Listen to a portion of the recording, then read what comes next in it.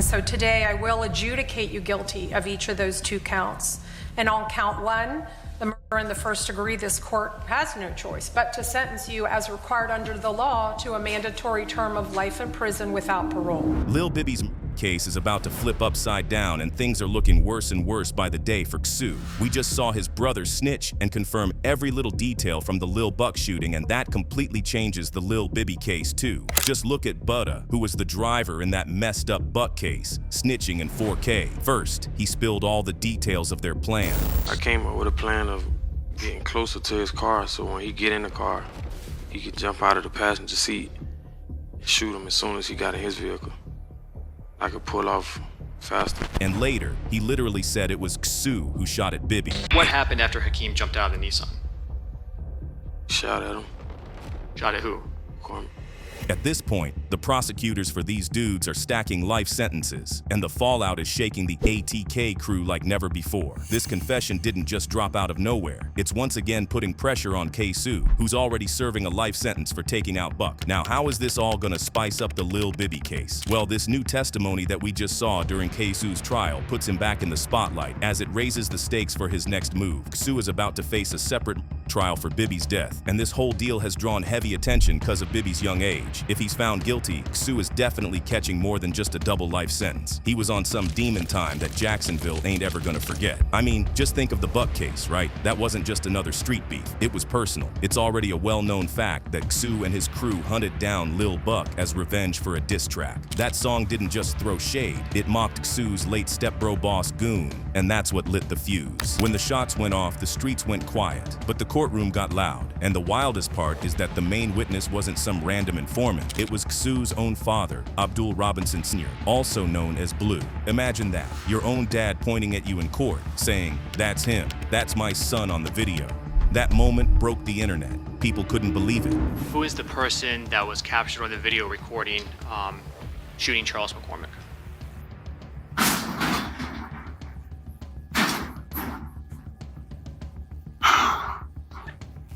My son.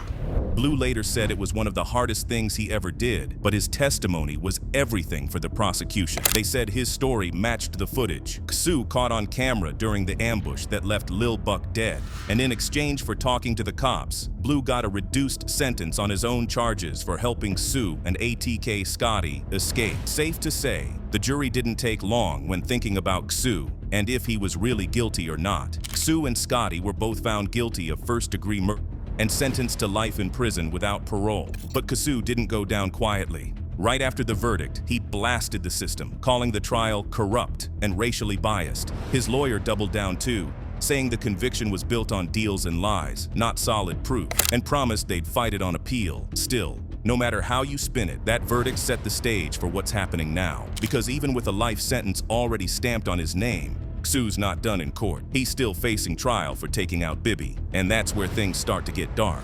Because the same family that helped lock Ksoo away once might be the reason he never walks free again. So now that Ksoo's locked in for life over the Lil Buck, you'd think the story ends there. But nah, this next part might be even darker. Let's talk about Bibby. Adrian Gaynor Jr., also known as Lil Bibby, the 16-year-old kid from Jacksonville, Florida. He was born into chaos, trying to rap his way out the gutter. Bibby was tied to the 6 Block crew over on 45th Street, a name that carried weight in the city. He was already making moves, linking with rappers like Foolio and Kashorty, and gaining buzz online. But in Jacksonville, rap fame doesn't come without enemies. The higher you rise, the closer the ops start watching. That's why when Bibby got gunned down near an apartment complex, the whole city froze. Witnesses said it wasn't random. Multiple shooters, ambush-style precision hits. But this wasn't a drive-by gone wrong. This was a hit, and word on the street was it had everything to do with the long-running beef between 6 Block and ATK. The crew Ksoo repped heavy. Now here's where things start connecting, almost too neatly. After Bibby's death, investigators started seeing a pattern. The same names, the same beef, the same energy behind the Lil Buck case. And Ksoo was at the center of it all.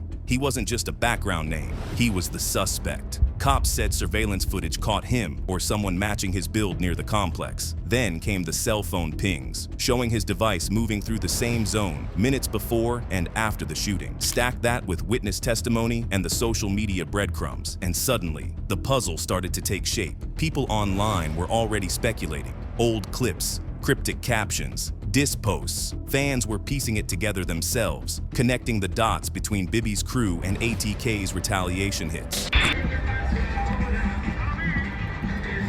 Yeah, Bibby! That's what Bibby did!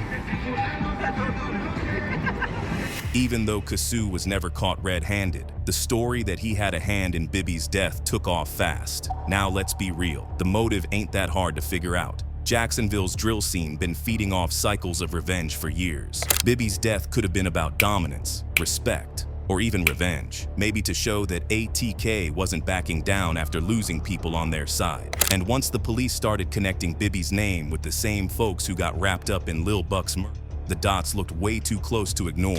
But here's where it gets messy, because the evidence the state's sitting on is a mix of tech, street talk, and betrayal. Surveillance clips that look like Ksoo, phone data that matches his movements, and witnesses, including people close to him, whispering about who was really in that car the night Bibby died. Now that his brother's name is in the mix again, this whole situation feels like it's about to come full circle. And if what people are saying is true, the Bibby case might be the one that finally locks Ksoo in for good. Now here's where things get messy once Ksoo's brother steps into the spotlight. Many believe that Abdul, Ksoo's brother, also snitched on Ksoo, not just Buddha. Given that his bro got charged with accessory after the fact in the same case, the theory isn't far-fetched. He might have given some info in order to clear his name. If you think about it, if Ksoo's dad already told on him, why would it be such a big deal if his bro did the same? Now, speaking of snitching, we do know for a fact that Buddha did tell on Ksoo and Scotty.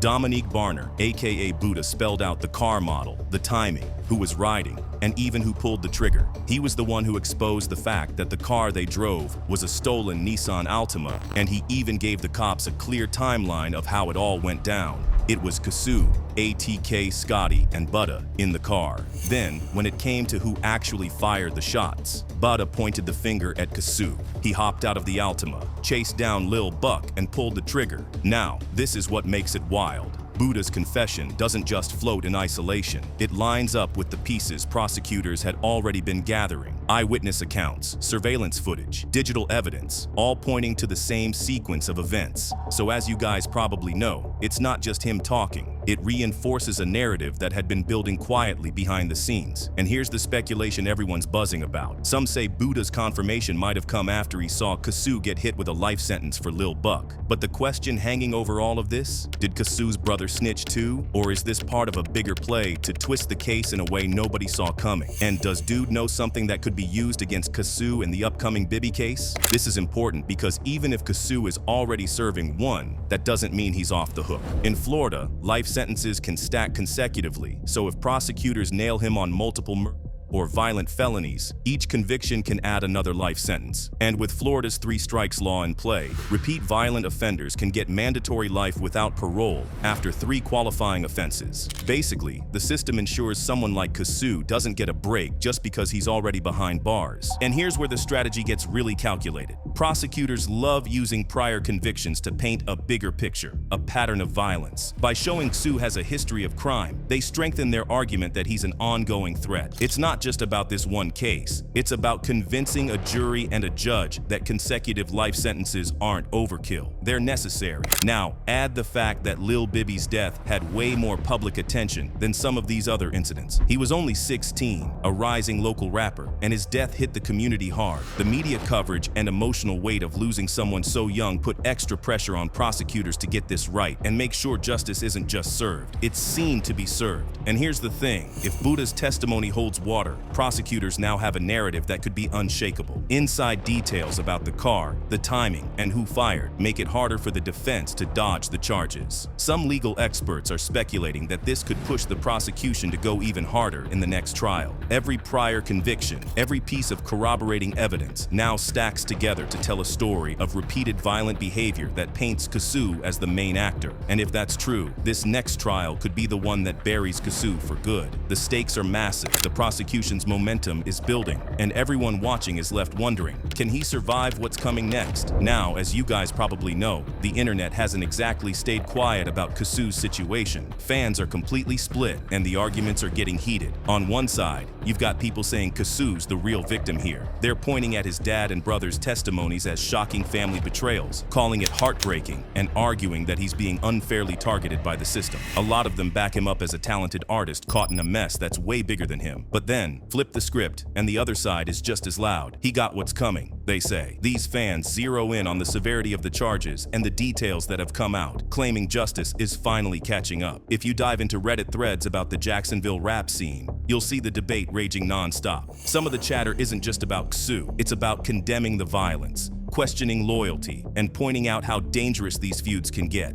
And to make it even messier, clips from ATK members have started resurfacing. Some of them are distancing themselves from Ksoo, others openly criticizing the culture behind the violence. Every clip seems to add fuel to the fire, casting doubt on Ksoo's innocence, or just showing how these street feuds spiral out of control. Now, if you step back, this isn't just random internet noise. We've seen this pattern before. Street loyalty collapsing the minute the courtroom lights come on. What once might have been a tight-knit circle suddenly fractures under pressure, and the online reactions are just a digital reflection of that tension. Now, to really understand what's happening with Ksoo, you've got to see the bigger picture, Jacksonville's ongoing war. The city's rap scene isn't just about music. It's been shaped by a brutal feud between ATK and KTA. This rivalry goes way back to around 2018 to 2019, and it's more than just diss tracks or social media shots. It's real-life street warfare. Every death, every retaliation, it just sparks the next round of violence, trapping the city in a cycle that seems impossible to break. Lil Bibby's murder was one of many tied directly to this feud.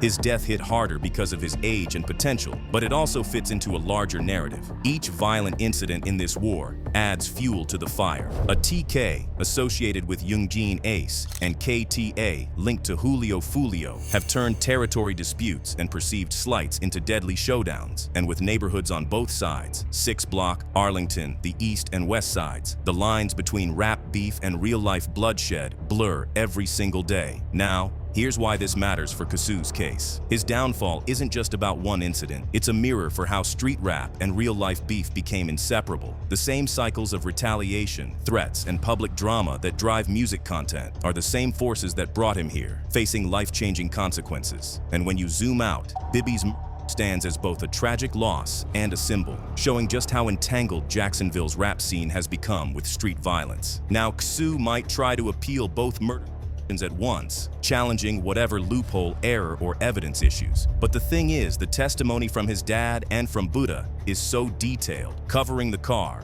the timing, and who fired, that any appeal is going to face serious uphill battles. Procedural claims only go so far when inside testimony lines up so cleanly with other evidence. And it doesn't stop there. Legal insiders are whispering that other ATK affiliates might be next on the list for questioning. Prosecutors could use anybody's statement as leverage to bring more people into the investigation, connecting dots across the broader feud. Some rumors even suggest that the Bibby case is being used as a blueprint to go after ATK as a whole. The prosecution isn't just targeting one shooter. They're slowly unraveling a whole chain of involvement, and it's all feeding back into Ksoo's trial. What starts as one high-profile case could easily cascade into a series of legal battles, exposing multiple players in the feud. And here's the heavy part. If the feds dig deeper, this might just expose more than anyone expected, maybe even who ordered Bibby's hit in the first place. The tension is mounting, and everyone watching is left wondering just how deep this rabbit hole goes. Bibby's case isn't just reopened, it's about to explode. The fallout is about to shake everything tied to this feud, and no one watching will be able to look away.